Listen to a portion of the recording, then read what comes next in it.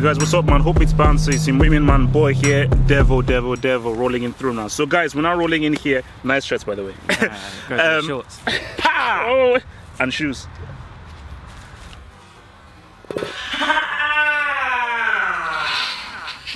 All right. Okay. So, Serie.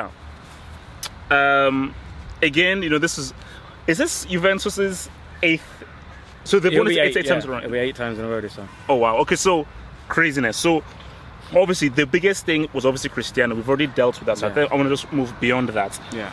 Do Juventus still need to buy more players for them to now really become much more of a force in the Champions League?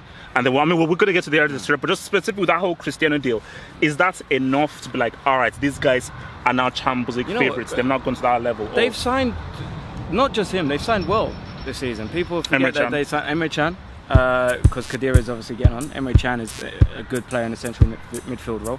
Douglas Costa's coming on a permanent. He's dangerous. Very dangerous. The only area I think that you need to worry is the fullbacks. If they lose Alexandro, they're a bit short left back. If this Scalio, or whatever how you pronounce his name, Deschilio. That's it. He's no Dani Alves. No. So I think they're a bit weak average, on the fullbacks. Everywhere else, I think they're stacked. I think they could be very well. So you don't think that they need Pogba? I don't think they need it. I mean, they got Pjanic, they got Can. It's Pjanic, they got Pogba. Matuidi. No, he's not Pogba. Yeah. But I don't think necessarily you need Pogba. It would be nice to have him, but I don't think they need him to be successful. All right, so let's just look at the other teams and discuss who can pretty much give them the biggest threat. So let's look at Napoli now. So Ancelotti in, Sarri out, Jorginho out as well. Yeah. I personally, I'll get you honest. My optic about this is that I don't think this is a good fit for Ancelotti. I think Ancelotti is a great manager, but he needs quality players to really be good. That's why he was successful at AC Milan with Kaká, at PSG, at Chelsea, and so forth. I think at Napoli, that team was tailor-made specifically for Sarri. And I think once you take Jorginho away, and when you look at a team that doesn't really have that many superstar players, a team that really relies on a system, I don't know how well Ancelotti is going to do with them. So what's your take on Ancelotti? For me, I think it's the same. I don't think it's a good fit for Ancelotti. I think Napoli, last season was their chance. I think it's only going to go backwards from here. I think they peaked and they didn't win the title when they should have. Obviously, they're a very good team still. They still got good players. I think Jorginho doesn't make the team. They've got very good players there still. I'm not too sure who they've brought in this season. I know they lost Pepe Reina. Yeah, he's gone to Milan. So I fear for Napoli this season. When I say fear for Napoli, I just don't think they're going to get anywhere near as close as they were last season. No. They may still make top 4, but I think when you look at what Inter have done, what Milan have done, you know, I think Roma have obviously signed a completely new side. So I think Napoli might struggle. All right, speaking of Roma then, let's look at Roma now, who have made a lot of big... 11 or 12 signings. Crazy. So let's just start off with Alisson. Is that a big loss? Yeah, it's a big loss. He was one of the better goalkeepers in Serie A last season. So yeah, it is a big loss. But is this going to affect them? Because look, my thing about Alisson is this, okay? 1 year. Yeah. That's it. That's it. Guys are going crazy. Yeah. Before that Champions League semi-final, I was like, okay, maybe he's probably top 5. After that Champions League semi-final and in the World Cup, where, I'm sorry guys, tell me, did he make a meaningful save at the World Cup? He flapped quite a few crosses. Yeah, so for me, it's a loss, but it's not that great a loss. It's still a loss. So, but let's really look at their signings. I like Justin Kluivert. Yeah, for me, that's one of the best signings of the summer. Watched him at Ajax a few times last season. The kid is fearless. Very different from Patrick. Yeah, and the difference is obviously it's you know Eredivisie. Yeah. So he's coming up against players who are nowhere near as good as the defenders he's going to be playing in Serie A. Oh no, for sure. But he's fearless. He'll take you on all day, every day. And that's what as long as he plays like that, and he's quick. He is quick, and he can shoot from anywhere. I think he could light up Serie A this season. I really do. No, and I think like Di Francesco. I think because I think he's a very good manager. Remember, he did really well with Sassuolo, I believe, before coming into Roma.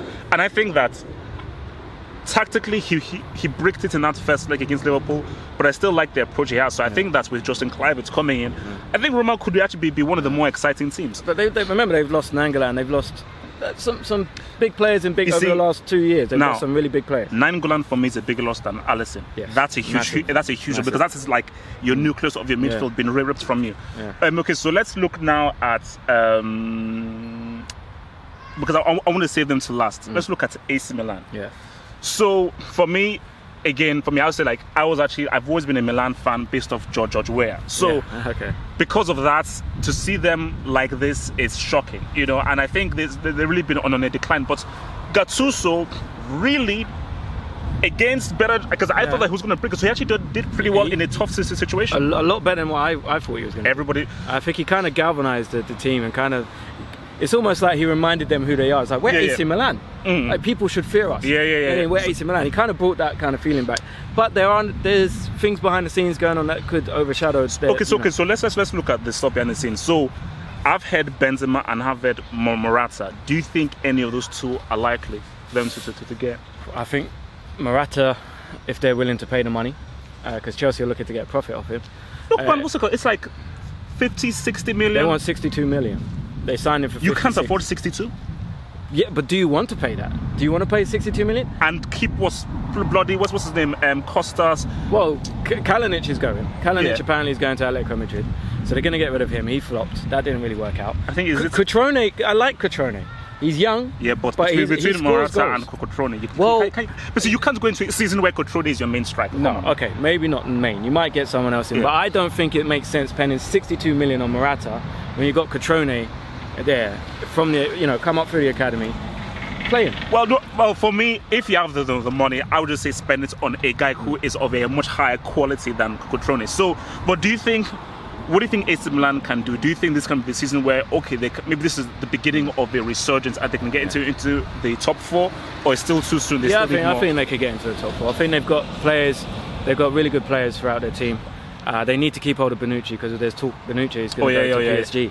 If they lose Bonucci, that could be massive. I mean, Suso, Bonaventura, those guys. But I still think that they need more quality in this. So let's now look at Inter Milan now. Yeah. So this is a team that I think could really surprise a lot of people.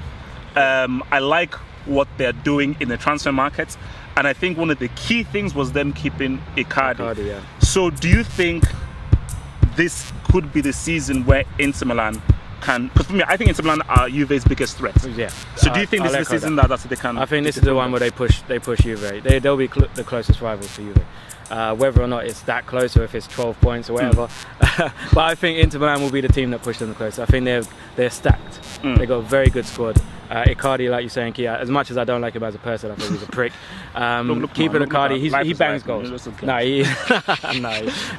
levels there, man. There's levels you can't do. Temptation. But no, he's good. They brought in De Vrij from Lazio, a very good centre-back. Him and Skriniar could be a great partnership. Handanovic is one of the best goalkeepers in Europe. No, let me tell you about Handanovic, man. Yeah. People just do not watch the Serie enough, man. My eye. Handanovic, for me, I don't care what anyone says, he is still top 5. Yeah, for me, he's one of the best goalkeepers in Europe. Easily. He's done it time and time again. For me, he's still solid. Because if you watch the Serie, this guy makes crazy saves. So, Nainggolan, they've bought Nainggolan. Huge. Yeah. Now, if they buy Vidal, and they get Vidal, that could be massive. I tell you what, if they buy Vidal, and you got Nainggolan and Vidal in central midfield, like no one going for a tackle. No way. If there's any 50-50s, just leave it. Basically, just like one walk away from it. Just say, all right, let's put it back. Okay, but the only thing they're missing though is a creative player, man. I think that if they have a creative player, Perisic. Remember, they still got Perisic. No, but I'm like in number 10. Oh, okay. Like an Iniesta, like an Isco. Yeah. Someone in the middle who can basically create for Icardi. Yeah. I think if they have that, you've got you're set. You're set. That's just all they're missing. So let's look. Okay, let's so top 4. Top 4 for me, Juve obviously. Inter second.